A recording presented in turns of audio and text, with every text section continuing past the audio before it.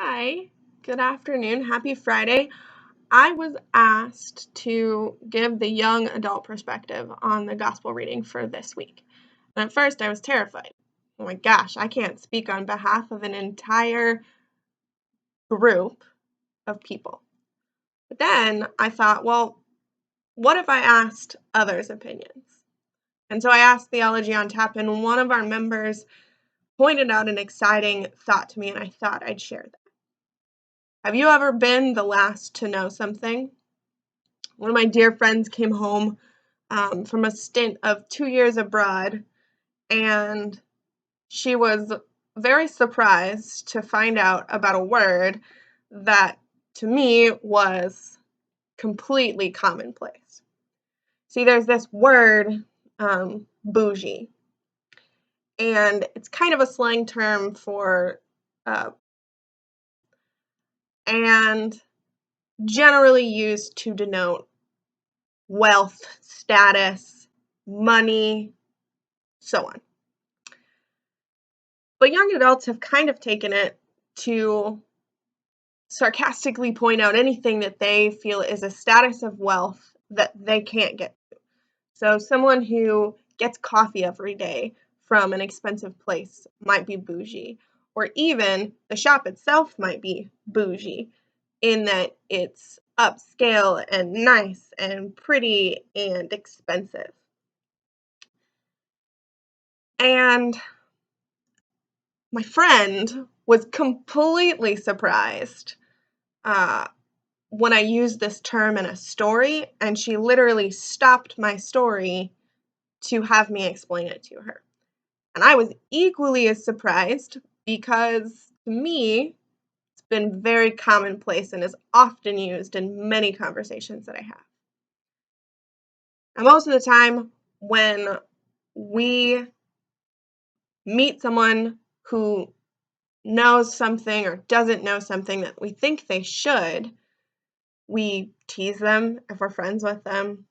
If we don't know them, sometimes we get frustrated or slough them off as uneducated or ignorant.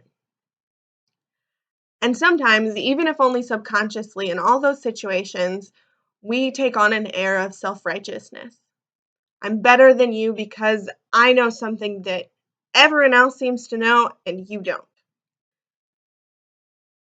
I imagine, on some level, this is how the disciples felt on the road to Emmaus. When they pick up a stranger who they don't really know is Jesus, and he asks them in verse 17 what they're talking about as they go along. And in verse 18, they respond with, "Are you the only person in Jerusalem who doesn't know what's happening?" Now, my response to that question, to avoid embarrassment, would have probably been along the lines of course I know what you're talking about. Go on. Jesus doesn't do that. In fact, he asks them what things and lets them tell him. And in typical Jesus fashion, responds, starting from the beginning, telling them about himself and threading the needle through the story about why he went through what he did without revealing who he is. And again, I probably would have wanted to lord my authority over them, even name drop, like, guys, don't you know who you're talking to? And thankfully, Jesus doesn't do that. In fact, he goes all the way to Emmaus with them and sits and has a meal with them and breaks bread, and that is the moment when they realize it's been him along the way. You see, this passage shows me that Jesus is all about patiently talking with us as he goes on a journey. And so my encouragement to you and to myself is to be people who walk with other people and patiently take the journey with them. Because God has equipped us to do that and even shown us how.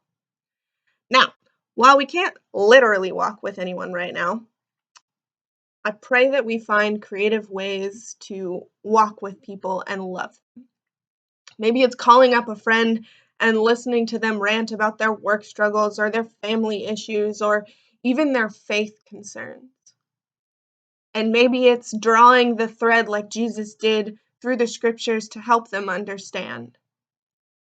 Maybe it's putting a banner on your balcony to show some love to your apartment complex, or to chalk your driveway full of encouragements for those who are still going to work and facing this virus directly. I pray that the road to Emmaus encourages you to journey with people, to be patient with people, and to encourage them as you go, and to expectantly wait, excitedly plan for when we can break bread together again. Thank you so much for joining me this Happy Friday. I love you all, and I am so grateful for this experience and opportunity.